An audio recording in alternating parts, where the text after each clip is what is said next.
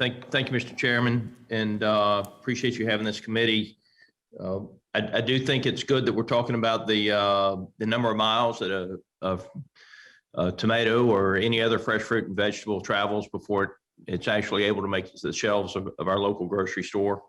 I want to ask, if I could, Mr. Safrance, you have greenhouse operations in Canada, the U.S., and Mexico, if I understand your testimony correctly. Is that accurate? We own greenhouses in Canada and the United States and a small partnership in Mexico. And we have growers that work for us in all three countries on a supply basis. Okay, and you have greenhouses that are as large as 4 acres, is that correct? Yeah, we have some that are much larger than that. Really? So how large would your largest green, if you don't mind? Yeah, in a single facility, 64 acres. 64 acres.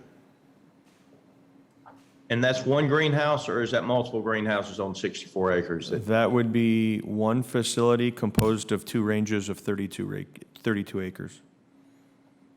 Wow, that's a big greenhouse. Yeah, yeah, wow. It's large.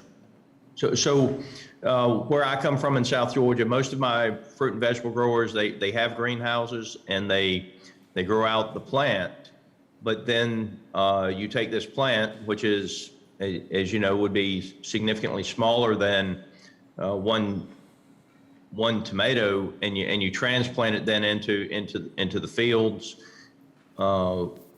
If I understand your operation, though, you're actually growing the whole plant and the vegetable out in your greenhouses. Is that correct? Yep, that's correct.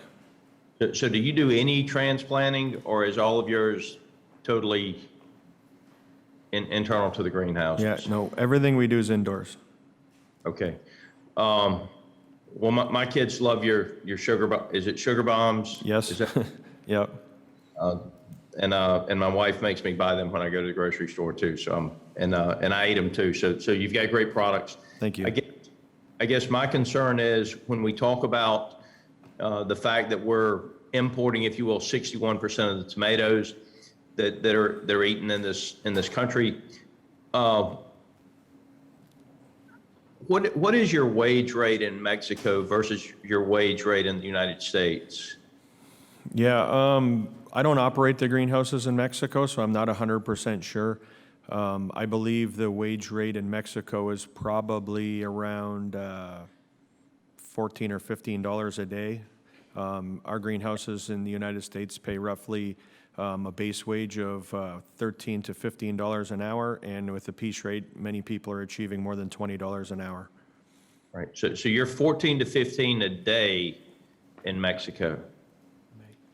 Yeah, I mean, that would be an average of all the growers in Mexico, I would say. Oh, okay. And so this is something that I think, when we talk about the sustainability and the food supply chain, why are 61% of the tomatoes that we consume in the United States actually transported thousands of miles to make it to the grocery store? And one of the things that concerns me that our growers are fighting in the U.S. is that $15 a day wage in Mexico versus, as you said, I mean, $15 an hour would, most people that are working in the fields make a good bit more than that because, they're paid by production. And so there's a reason that they come to America to work, and they work very hard. I've worked in the butterbean fields myself when I was a younger man, and I didn't make $15 an hour back then. It was whatever the minimum wage was at the time. But the wage disparity between the U.S. and Mexico, to me, seems to be one of the reasons why our produce has to travel so far to make it to the shelves. Would you agree with that? No, I don't agree with that, actually. I think a lot of it has to do with growing seasons and proper growing climates. Okay. Some of the areas in Mexico have the best areas of climate to grow, much like California, year-round. And I'm almost out of time. I apologize for interrupting you. I really do. So I'm in South Georgia, so my growing season is effectively the same as as portions of Mexico. And Mr. Chairman, my time's expired, but I appreciate the hearing. I am concerned about the U.S. producers and what they have to compete with coming from foreign countries and the lower cost of operations in foreign countries.